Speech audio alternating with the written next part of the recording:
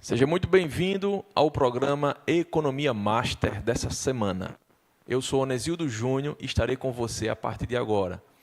Nosso programa hoje tem a grata satisfação de trazer um tema que está sempre atual para o brasileiro, para o mercado de finanças, para o mercado de ações, para os investidores do nosso país.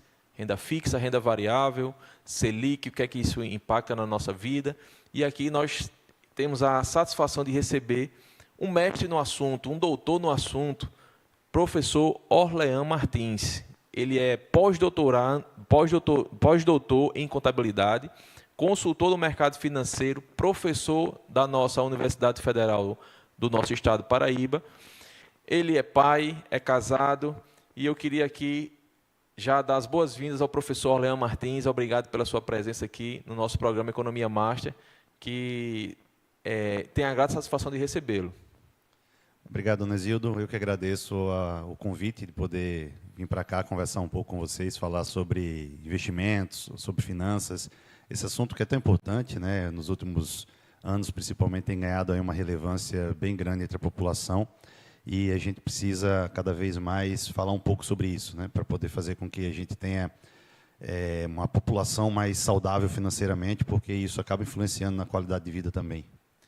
Pois é. Professor, nosso país está passando por uma mudança nas taxas de juros, um juros elevado, né? A Selic aí chegou a 15%, né? Recentemente teve uma leve queda, não sei nem se podemos chamar de queda, né? 0,25%, né? Talvez o consumidor, né? O cidadão brasileiro não consiga perceber isso efetivamente, mas houve uma leve queda, né? Já é um bom sinal. E o país ele vive nesse termômetro, né? A Selic sobe, a Selic baixa, né? E tudo isso vai regulando muita coisa. A inflação vem sendo aí tentando, né? Vem buscando ser controlada. Mas eu queria aqui começar por esse cenário da Selic, né? Eu queria que o professor pudesse nos explicar o que a Selic, por que a Selic é tão importante para esse movimento financeiro no nosso país. Perfeito. A Selic, de maneira bem simples, é a nossa taxa básica de juros, né? É uma meta de juros que o governo define, né, por meio de um comitê no Banco Central, o Copom. Então, essa é a taxa básica que o governo oferece para remunerar os títulos públicos, o título da dívida pública, né? Só para a gente entender um pouquinho a relevância disso, vou tentar não ser tão técnico, mas imagina o país como sendo uma família, né? Toda família tem seu orçamento familiar, né? Então, você tem lá os provedores, enfim, pai, mãe, aqueles que geram a receita, e tem todo o conjunto de despesas. O país funciona igual, tem as receitas e tem as despesas. Agora, imagina que essa família ela gasta mais do que o que ela tem de renda. Tá? Então, imagina que a família tem ali R$10.000 de renda no todo, somando todos os provedores de renda. E imagina que essa família tenha uma despesa mensal de R$12.000. Ou seja, todos os meses ela precisa ali ter um complemento de R$2.000 para cobrir todas as suas despesas. Não tendo renda suficiente, ela recorre à dívida. Então, ela vai captar recurso em dívida para poder arcar com todas as suas despesas. Então, é isso que acontece com o Brasil, né, com o governo federal especificamente. Então, ele tem mais despesas do que receitas. Então, para cobrir as despesas, ele precisa captar dívida. Então, essa dívida ela é captada no mercado, ele vai a público, capta junto com a própria população, e ele oferece uma remuneração. Essa remuneração é a taxa de juros. Ele diz, olha, eu pago 15% ao ano, né, agora está 14,75%, a gente teve uma pequena queda de 0,25%, eu pago 14,75% ao ano de juros para você me emprestar esse dinheiro. Então, essa Selic ela é a taxa básica. A partir dela é que a gente tem uma definição de várias outras taxas de juros. Então, taxa de juros do cheque especial, do financiamento imobiliário, do financiamento de um veículo, né, de um crédito para compra de uma geladeira, por exemplo. Então, quanto maior a taxa de juros básica, maiores os juros que a população paga para o consumo de bens e produtos. E o Brasil ele tem o hábito, né, a cultura de consumir por dívida, né? Então, aqui é muito comum a gente comprar produtos parcelados ali, ou por meio de crediário, né, os carnezinhos ali enfim, que há algum tempo atrás eram muito populares, e essas vendas a prazo, elas embutem em alguma espécie de juros, né? A gente compra o carro financiado, a gente compra o apartamento financiado, a gente compra a geladeira. Hoje o cartão de crédito facilitou, mas há algum tempo atrás a gente tinha lá o carnê, né, que a loja emitia e, enfim, cobrava alguma taxa de juros. Então, a taxa básica de juros, a Selic, ela acaba sendo extremamente importante porque ela é a plataforma de tudo isso. Quanto maior é a taxa básica de juros, quanto maior a Selic, maior é o custo do dinheiro para a população inteira, né? E por que a nossa taxa de juros, já fazendo um paralelo disso, com a inflação? Por que a taxa de juros atualmente está tão elevada, né? Porque a gente tem alguns fatores de risco que assustam, digamos, o mercado no que diz respeito à inflação, né? A taxa de juros alta, ela reduz o poder de compra da população. Então, quando você compra menos, há menos demanda por determinados bens e serviços. Consequentemente, você tem menor aumento de preço, porque a demanda cai. Então, a inflação ela arrefece, né? Ela fica mais baixa.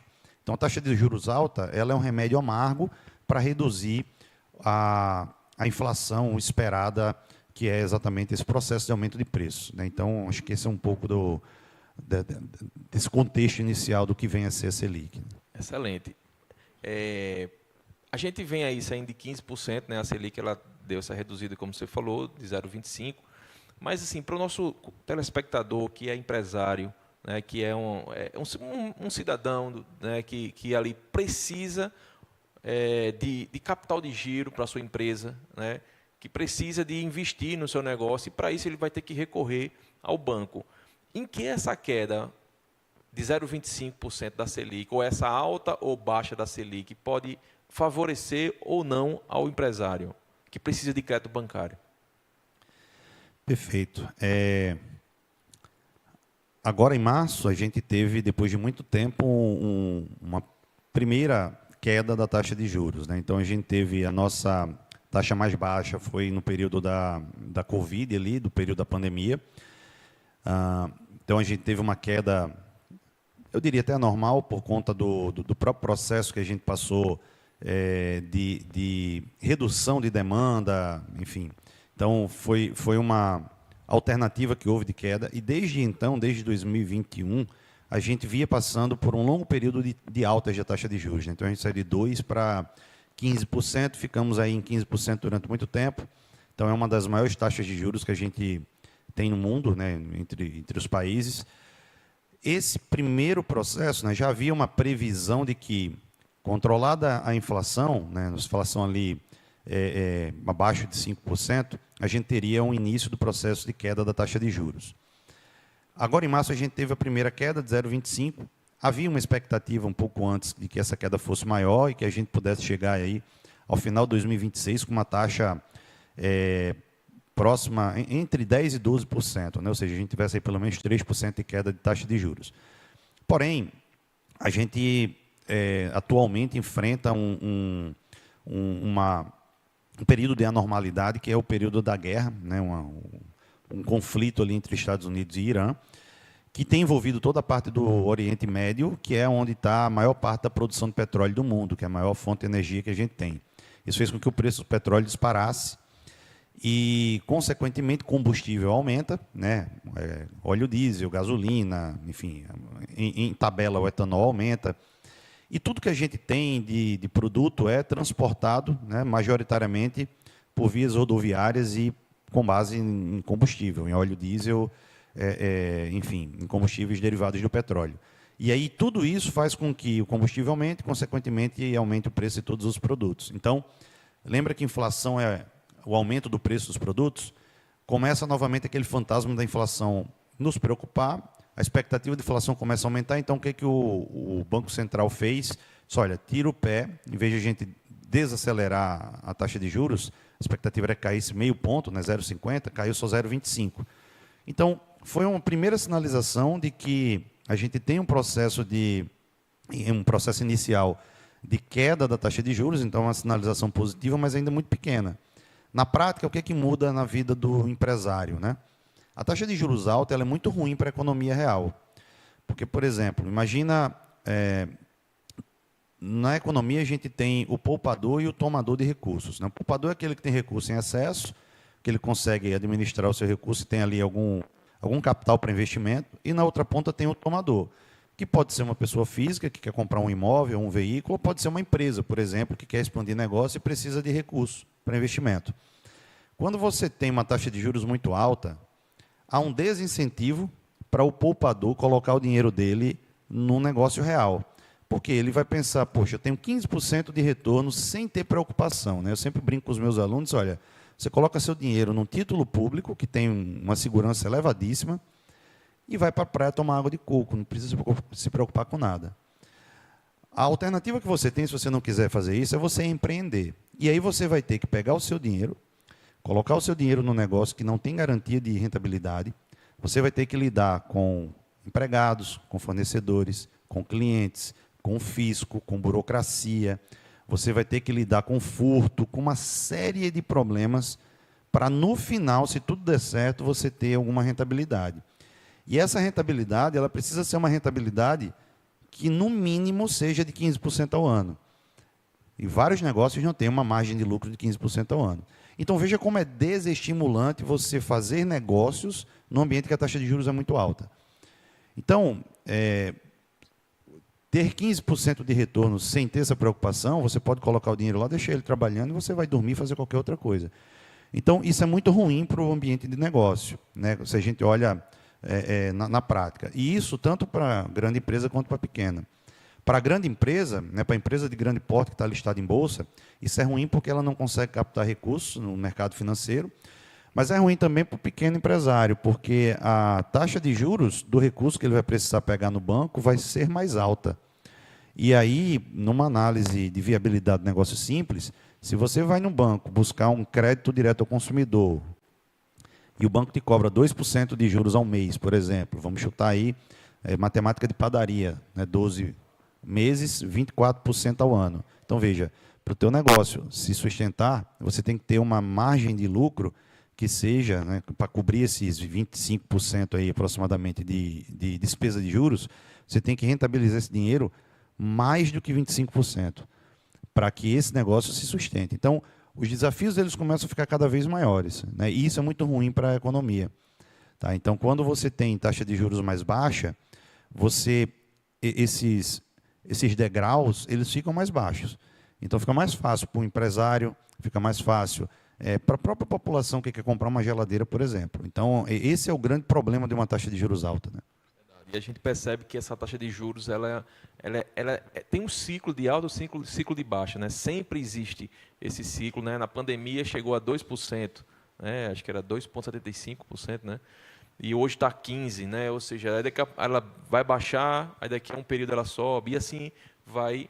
É natural isso acontecer. Você empresário que nos assiste, só precisa compreender o momento certo de obter o crédito bancário, o momento certo de recuar para investir o seu dinheiro, uma parte do seu dinheiro em renda fixa ou renda variável, e aí você vai entender no momento certo, se cercando de consultores, né, e aqui o professor Orlean Martins também, né, tem essa atividade de consultoria no mercado financeiro, e que hoje trouxe até para a gente aqui um livro, né, que foi lançado por ele e o professor Felipe Pontes, né, professor Orlean Martins e Felipe Pontes, lançou aqui o livro, foi lançado recentemente o livro Mercado, o Manual do Investidor completo, né? Então, esse é um manual, né, do investidor, né? Você que investe em renda fixa, renda variável, que tem o desejo, né, que procura sair da poupança, né? No Brasil, durante muitos anos, a poupança foi a queridinha de todo mundo, né?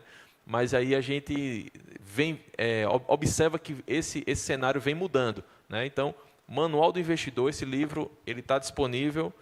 E aí que eu queria deixar que o senhor falasse essa parte, certo, professor? Eu queria que você falasse um pouco do seu livro, para que depois a gente entre na renda fixa e renda variável já dentro dessa temática. Então, Manual do Investidor completo, lançado por Orlean Martins e Felipe Pontes. Queria que você falasse um pouco sobre esse livro. Perfeito, obrigado pela oportunidade de falar um pouco do livro. Bom, contando um pouquinho da história desse livro, eu já trabalho, já sou investidor há, enfim, mais de uma década, e junto com o Felipe, a gente sempre trocou ideias, desde a época que eu estava no doutorado, o Felipe estava lá no mestrado, a gente sempre trocou ideias sobre investimento. Nós dividíamos sala lá na UFPB e nós acabamos criando um clube de investimentos em ações. Esse clube hoje virou um fundo de investimentos que o Felipe faz a gestão. E a gente escreveu o nosso primeiro livro, que é o Investidor em Ações e Dividendos, onde a gente fala especificamente sobre como funciona o processo de investimento em ações, como identificar ações que pagam ali dividendos de maneira mais segura e estável, etc. Esse livro foi lançado, agora a segunda edição dele, em 2025, pela editora Sextante. A gente tem lá o prefácio do Luiz Barsi, tem uma parceria com a AGF, que é o Ações Garante Futuro do próprio Luiz Barsi, que é bastante interessante. E assim que a gente lançou esse livro, a gente recebeu muita demanda de vários leitores que precisavam ter uma visão um pouco mais ampla, né? Perguntavam, poxa, mas vocês têm algum material que seja mais introdutório, que fala um pouco mais sobre o processo de investimentos? E aí a gente escreveu essa segunda obra, que é o Manual do Investidor Completo, né? A ideia é exatamente a gente falar de maneira mais abrangente sobre todo o processo de investimentos, né? Então, é literalmente um manual, porque a gente fala um pouquinho de tudo. A gente começa a falar da questão do orçamento familiar, tá? Então, a importância que tem de você saber quanto a família ganha, quanto a família gasta, aonde é que esse dinheiro está sendo gasto, e a importância de você ter uma poupança, de você poupar, né? Ou seja, de salvar algum valor ali ao final de cada mês, para que a família comece a ter um pouco de saúde financeira. E aí a gente fala um pouco sobre tudo isso de maneira bem didática. São mais de 200 casos reais, tá? Então eu coloco lá vários exemplos reais meus, do Felipe, de colegas que compartilharam conosco algumas situações. Então é uma leitura agradável, não é uma leitura técnica, tá? Então vocês podem consultar lá na Amazon, tem tanto o e-book quanto tem o livro físico, tem a leitura da amostra, onde vocês conseguem ver um pouco sobre isso. Então, a gente fala de todo o processo, desde como você começa a fazer o processo de guardar o recurso, de você criar uma reserva de emergência, né? Então, o que acontece se, por exemplo, amanhã você se deparar com uma emergência financeira, né? Seja por uma questão de saúde, seja porque, enfim, seu filho passou numa faculdade em outro estado, vai precisar se mudar para lá, você tem recurso para isso? Então, a gente fala sobre como montar essa reserva de emergência. A gente explica quais são as alternativas de investimento, tá? Então, por exemplo, fala sobre tesouro direto, sobre fundo de investimento, renda fixa, renda variável, ações, como formar carteiras. Então, é um pouquinho do todo que a gente traz aí, explicando nesse livro. Literalmente, como o nome fala, um pouco do manual, né? Então, a ideia foi exatamente essa, dar esse contexto, essa visão geral. Excelente. E o telespectador que deseja comprar seu livro, como fazer? Ambos estão disponíveis já lá na Amazon, tá? A gente tem tanto o livro físico, né, que é esse aqui, como a gente tem também o e-book, né, que está disponível também, né? Custa ali o valor de um PF, eu costumo dizer, né, um valor de um almoço, tá? Então fica o convite para que vocês possam conhecer direto lá na Amazon, tá? Então todos os dois estão disponíveis lá. Pois é, você que deseja investir em mercado financeiro, aqui está o manual, certo? Livro do professor Leães, um professor universitário, né, que tem pós-doutorado no assunto, né, de finanças, contabilidade, juntamente com o Felipe Pontes, né, que também é um outro professor. Então, assim, é um manual de fato, certo? É um manual para que você quer investir dentro dos princípios e fundamentos que se necessita para fazer um bom investimento. Porque o desejo de investir é natural do ser humano, mas discernir o que é um bom investimento e um mau investimento, e aí é conhecimento, né? Por isso que essa obra aqui do professor, ela tem esse manual completo. Inclusive foi feito o prefácio por Luiz Barsi, né? A família Barsi no Brasil, ela tem uma relevância muito grande, e eu acredito que Barsi seja um dos maiores investidores, né, da Bolsa de Valores, não é isso, professor? Exato. O Luiz Barsi é o maior investidor pessoa física da Bolsa Brasileira, né? Maior acionista do Banco do Brasil. Então, já é um senhor aí de torno de seus 90 anos, que tem uma bagagem admirável ao longo do tempo, né? Tem uma carreira muito bonita, e é o que eu sempre costumo falar, né? Eu brinco que quando eu comecei a falar sobre investimentos, né? Minha formação é toda em contabilidade, então eu ensino contabilidade e finanças durante muito tempo. E eu lembro que logo no começo, quando eu comecei a falar que eu era investidor, né, a primeira imagem que vem a pessoa é dizer, ele é rico, né, o investidor é rico. Mas, na verdade, você precisa de R$ 30 para você investir em uma ação no mercado brasileiro, né, R$ 30 para você comprar um título público. A nossa cultura, a gente falava um pouco sobre a questão da cultura, da formação de educação financeira no Brasil, ela ainda é muito inicial, né, é embrionária. A gente precisa pensar muito no processo de construção de uma saúde financeira ao longo do tempo. Tá? Uma das coisas que eu falo lá no livro é sobre previdência. Outro dia, eu costumo contar um caso rápido. Eu tinha uma turma de em torno de 25 alunos na universidade. A gente estava falando sobre investimentos e aí fiz uma pergunta, dos 25, quantos queriam ter filhos, né? Dos 25, 8 disseram que queriam ter filhos, né? Ou seja, 17 ali manifestaram não ter interesse. Dos 8, eu perguntei quantos queriam ter 2 filhos. Apenas 3 manifestaram interesse em ter 2 filhos. E a discussão não era sobre, enfim, família, era uma discussão sobre finanças. E aí eu questionei na sequência. Quantos tinham expectativa de se aposentar pelo INSS? Né? E eles ficaram meio sem saber responder. Por que eu perguntei isso? Então, veja só. A gente tem uma mudança de cultura, né? Enfim, uma mudança de hábito na família. Meu pai e minha mãe, ambos tiveram 13 irmãos. Eram de famílias gigantescas. Né? O meu pai teve 2 filhos, eu e minha irmã. Né? Eu tenho 2 filhos. Então, veja, a quantidade de pessoas, as famílias estão diminuindo. Então, eu brinquei com os meus alunos o seguinte: como é que vocês querem ter aposentadoria pelo INSS, pela aposentadoria pública, se cada 2 quer ter um filho? Essa conta não vai fechar. A quantidade de pessoas ativas contribuindo para o sistema de previdência que hoje a gente tem está diminuindo continuamente e a população está envelhecendo. Então, é líquido e certo que esse sistema ele vai colapsar muito em breve. O sistema de previdência pública ele não vai suportar, isso é líquido e certo, não vai suportar remunerar a aposentadoria da população no longo prazo. Ele vai ter que passar por inúmeras outras reformas, já passou por algumas e vai passar por outras.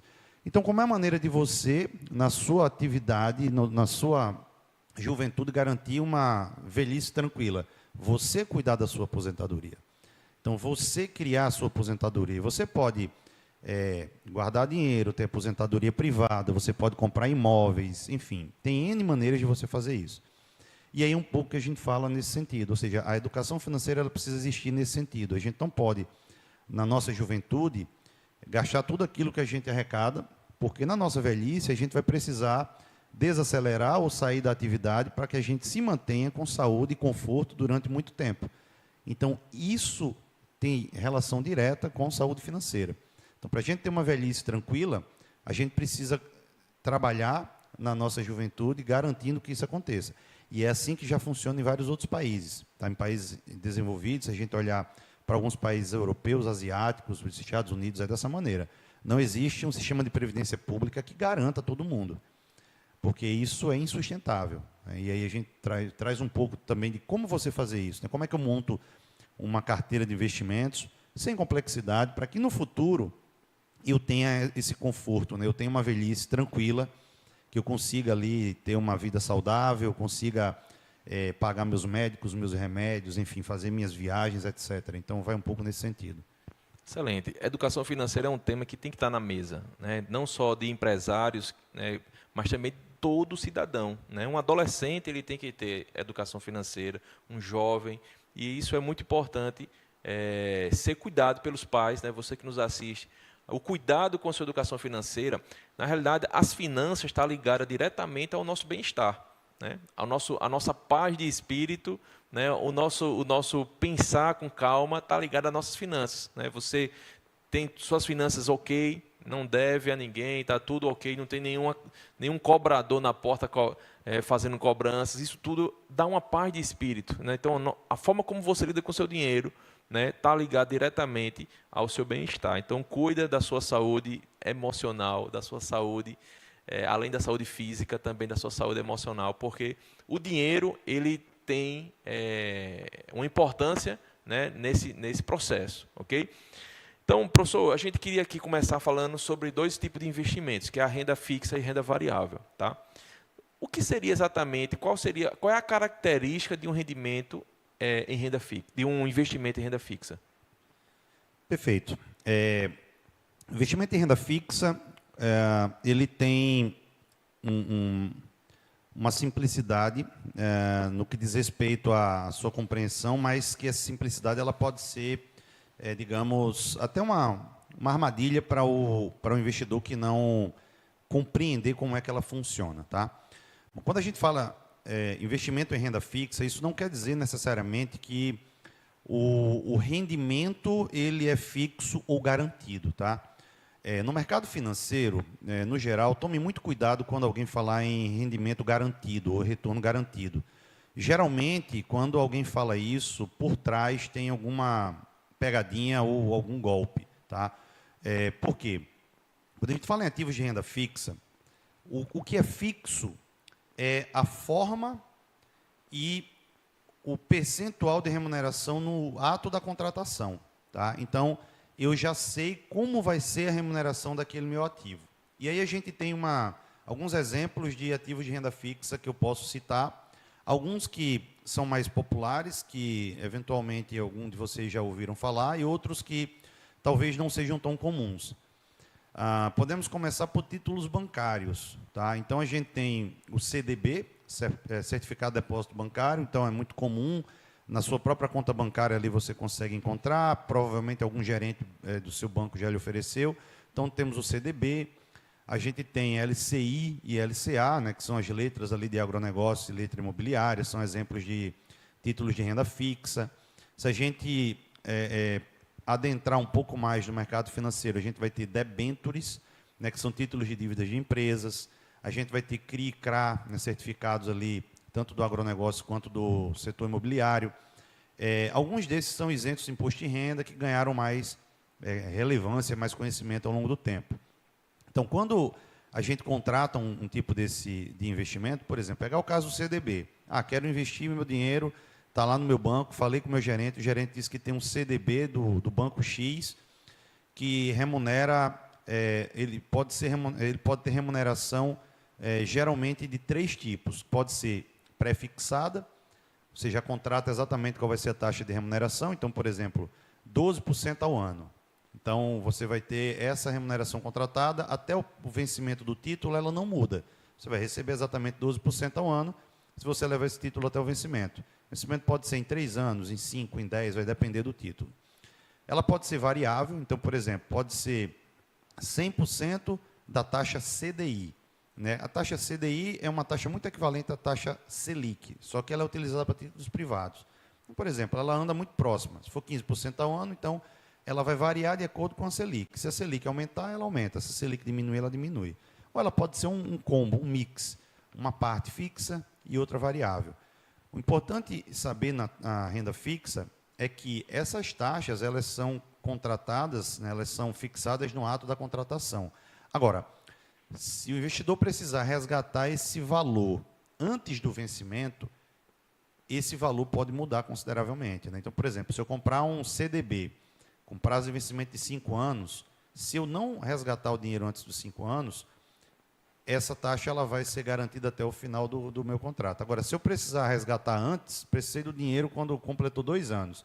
Eu falo com o meu gerente vai lá, consulta o mercado, e aí ele vai fazer uma cotação ao mercado para poder resgatar esse valor. Então, pode ser que a minha remuneração mude, porque aí é lei da oferta e da demanda, né? Depende do valor que vai estar disponível ali.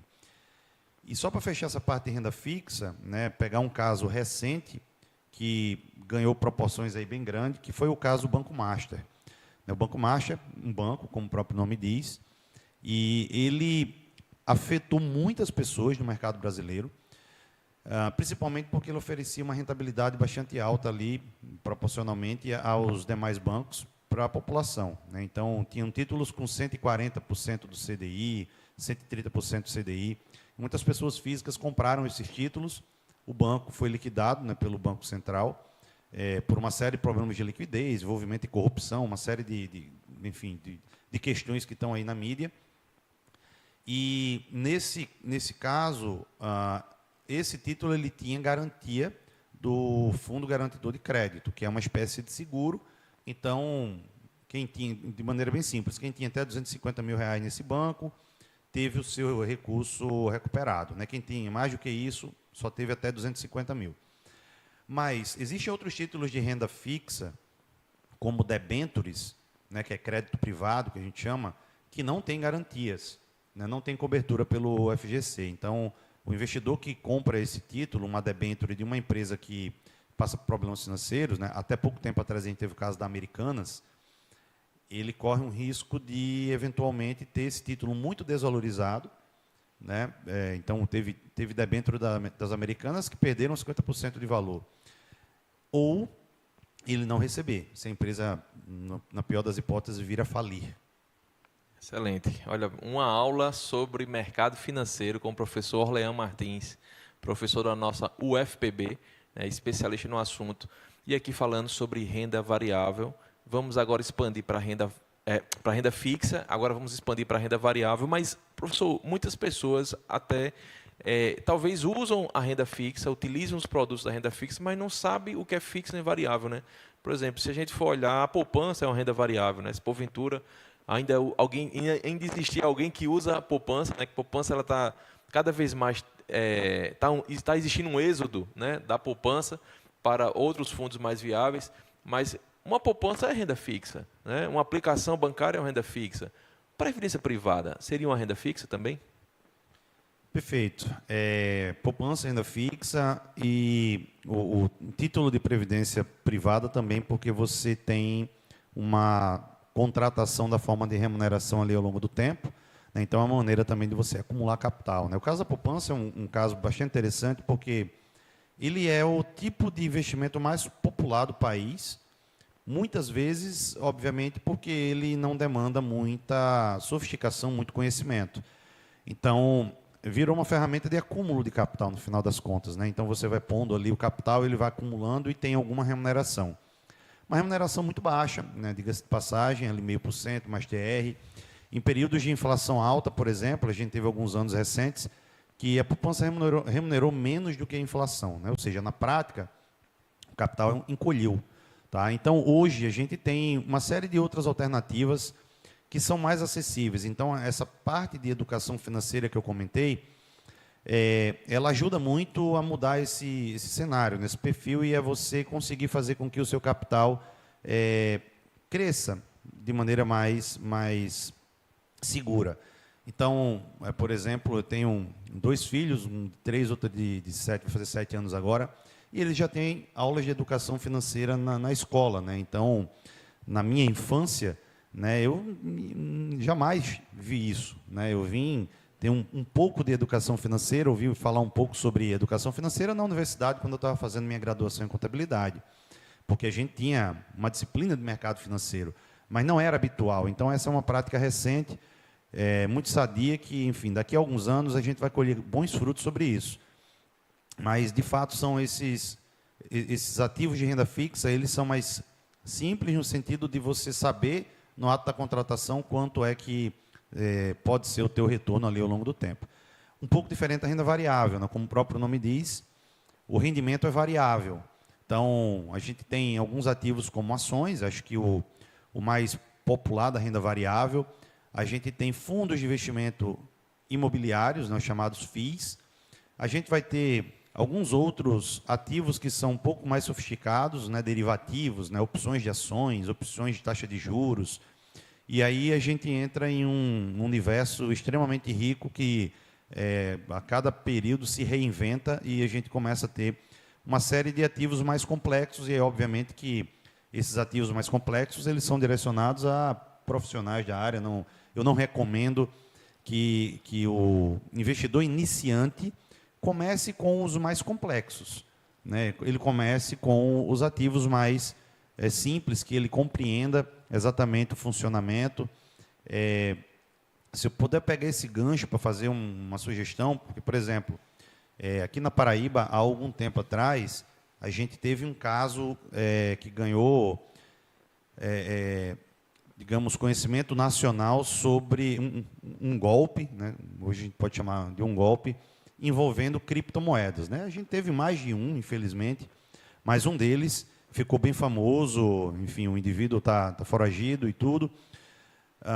Mas o que mais me chamou a atenção é que esse golpe durou muito tempo e muitas pessoas se sentiram atraídas por uma promessa de um falso retorno, né? Era uma promessa de um retorno garantido, que era um esquema de pirâmide travestido de investimento, né, com Bitcoin, criptomoedas, e muitas pessoas, né, que não tinham a menor ideia do que era mercado financeiro, não sabiam nem como é que funcionava uma criptomoeda, passaram a investir nesse negócio.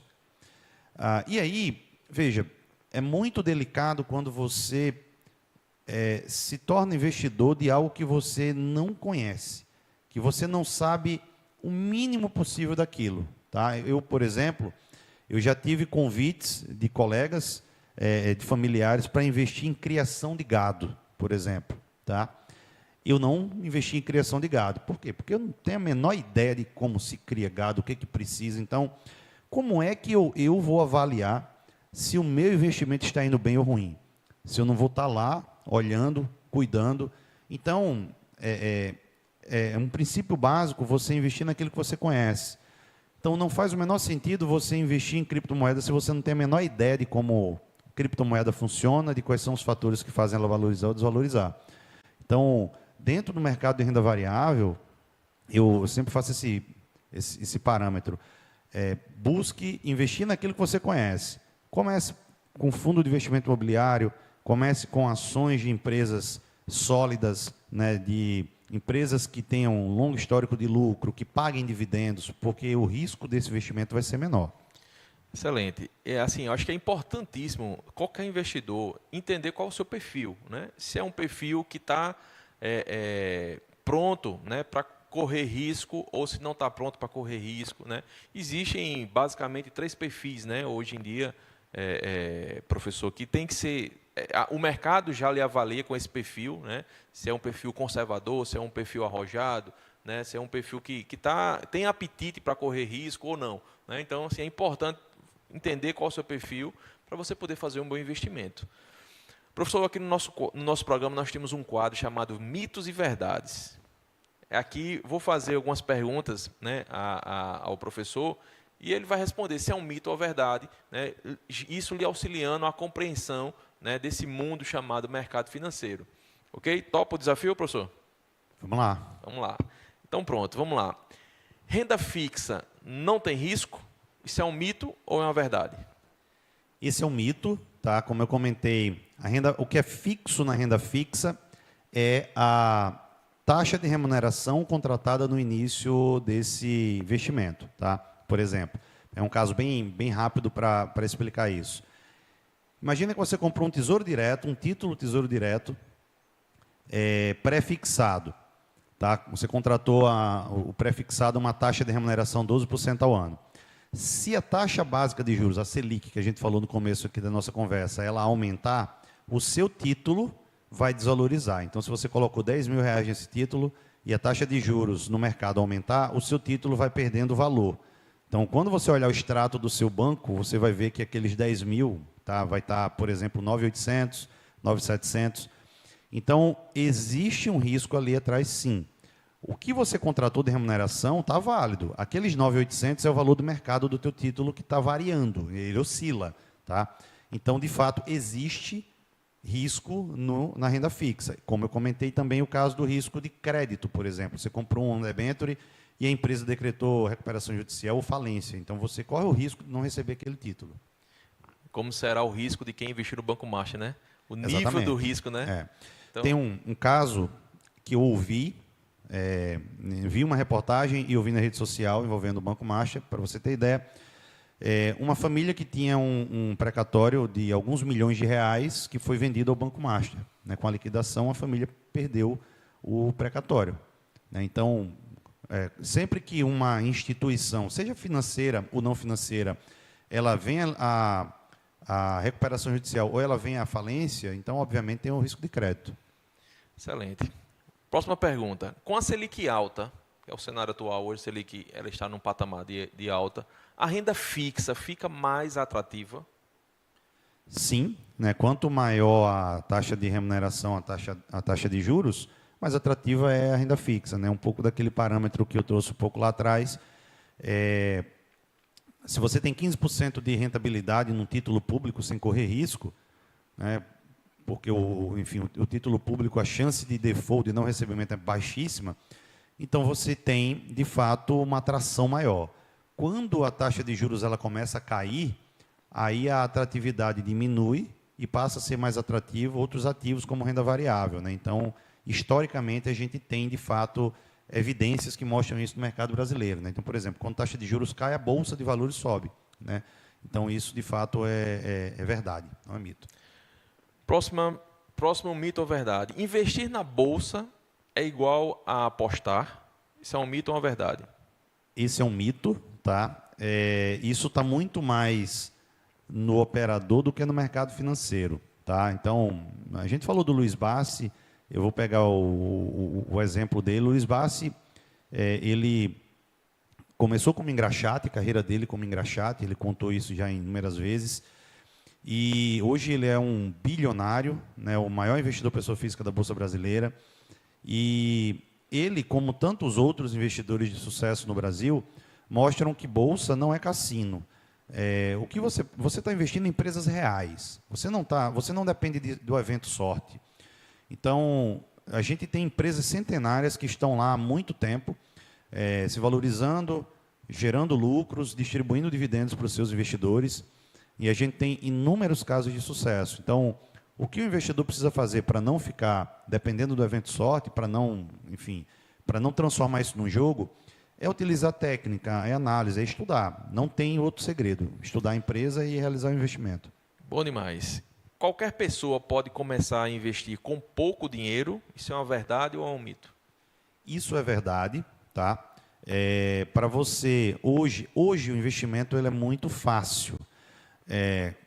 Você consegue abrir uma conta numa corretora qualquer, apenas com o celular na mão.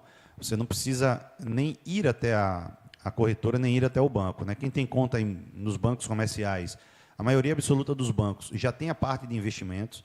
Muitas vezes o que você precisa é só ativar no seu aplicativo ali, ou até mesmo você abrir uma conta em uma das centenas de possibilidades de bancos. No livro Manual do Investidor Completo, né, o Felipe conta um pouco do processo, como foi lá atrás ele abrir a conta, lá no início dos anos 2000, como era burocrático naquela época, tinha que ir presencialmente ao banco. Na época, os bancos só queriam abrir contas de investimento para quem tinha um volume um pouco maior de capitais, e ele conta lá a história de como ele começou a investir com apenas R$400. O meu caso foi parecido, né? Eu já tinha uma conta corrente, comecei com pouco dinheiro, então hoje você não precisa de nenhum real para abrir uma conta em qualquer uma dessas corretoras. Você consegue comprar uma ação, se você quiser, de qualquer empresa, tá? Então, se você quiser comprar uma ação de uma empresa como um Banco do Brasil, você vai precisar de R$30 para fazer isso. Algumas corretoras até lhe isentam de taxa de corretagem, você consegue fazer isso com corretagem zero. E para comprar tesouro direto, por exemplo, o título do governo, você consegue abrir uma conta também de maneira gratuita por meio do banco e você consegue investir a partir de R$30 ali, sem custo nenhum. Excelente. Professor, uma grata satisfação. A nossa conversa ela duraria aqui muito mais tempo, mas o nosso programa já está chegando ao final. Eu queria agradecer ao senhor pela sua participação. Obrigado por estar aqui no nosso programa, contribuindo com esse conteúdo de qualidade que você trouxe. Queria agora que você deixasse uma dica, né, para o cidadão brasileiro que deseja investir. Com toda a sua bagagem, toda a experiência, qual é a dica número 1 que você deixa para o nosso telespectador? Perfeito, Anazildo. Eu que agradeço a oportunidade de estar conversando aqui com vocês, esse assunto que me encanta há tanto tempo e que é tão importante para todos, né? Uma dica simples que eu deixo para toda a nossa audiência é: comecem o quanto antes a investir, seja naquilo que você domina, tá? Poupe capital e pense na sua aposentadoria no longo prazo. Não espere que o sistema da aposentadoria público, o INSS, ele vá lhe dar o conforto e a tranquilidade que você espera ter no futuro. E nunca é tarde para começar, tá? Muito embora eu esteja dizendo comece o quanto antes, nunca é tarde para começar, né? O Luiz Barsi, por exemplo, ele começou a fortuna dele quando ele estava na casa dos 50 anos. O Warren Buffett, né, o maior investidor de todos os tempos, americano, também um senhorzinho de mais de 90 anos, também virou milionário ali depois dos seus 50 anos. Então nunca é tarde, tá? A gente precisa começar a poupar recursos e a investir. E comece com aquilo que você sinta conforto, tá? Não tente acelerar o processo e entrar em contextos que você não conheça, tá? Então, acho que essa é a mensagem final, tá? Agradeço aí mais uma vez a disponibilidade. Aqueles que tiverem interesse pelo assunto, tá? Podem me procurar aí nas redes sociais, Orleans Martins e todas elas, tá? E deixo o convite para conhecerem o livro lá na Amazon. Bom demais. E o melhor investimento não é o que rende mais, é o que você conhece e consegue manter a longo prazo. Esse foi o nosso programa Economia Master e até a próxima.